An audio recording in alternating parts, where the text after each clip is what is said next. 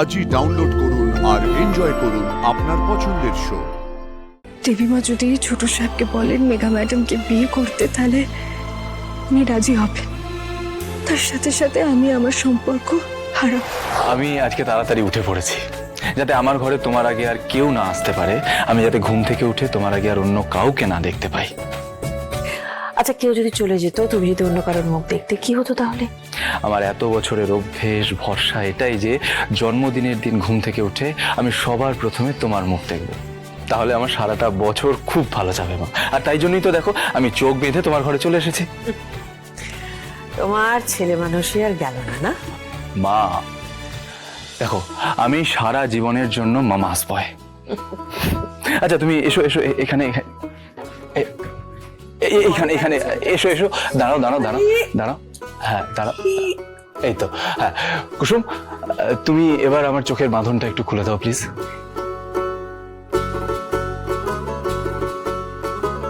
ঠিক আছে, এই বছর না হয় আমার মুখ দেখে তুমি বছর শুরু করছো, কিন্তু সামনের বছর তো তোমার সঙ্গে তোমার স্ত্রী থাকবে, কাজেই তোমার স্ত্রীর মুখ দেখে বছর শুরু হবে।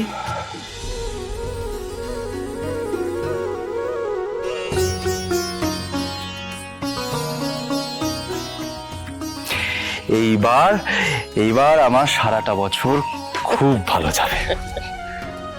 আর তুমি কি বলছিলে মা, পরের বছর আমার স্ত্রীর মুখ দেখে আমার দিন শুরু হবে?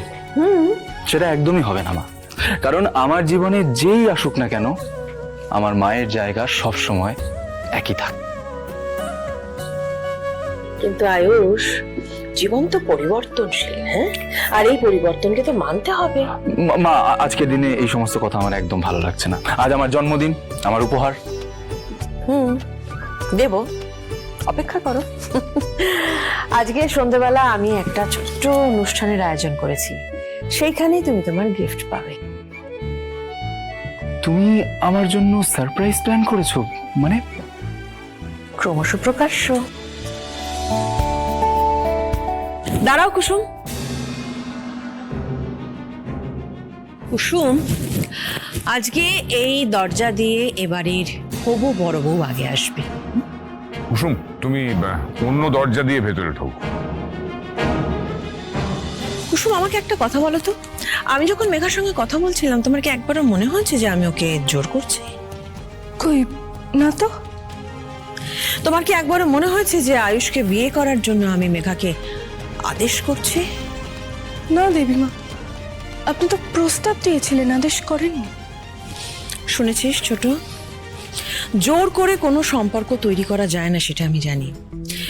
আমার শুধু মনে হয়েছে যে মেঘা এই বাড়ির যোগ্য বড় বউ হতে পারে, মেঘা আয়ুষের যোগ্য সহধর্মিণী হতে পারে, সেই জন্য ওকে প্রস্তাব দিয়েছি মাত্র। ধরো মেঘা যদি আজ নাই আসে, তাহলে কি গাঙ্গুলি বাড়ি সদর দরজা আজীবনের জন্য বন্ধ হয়ে যাবে?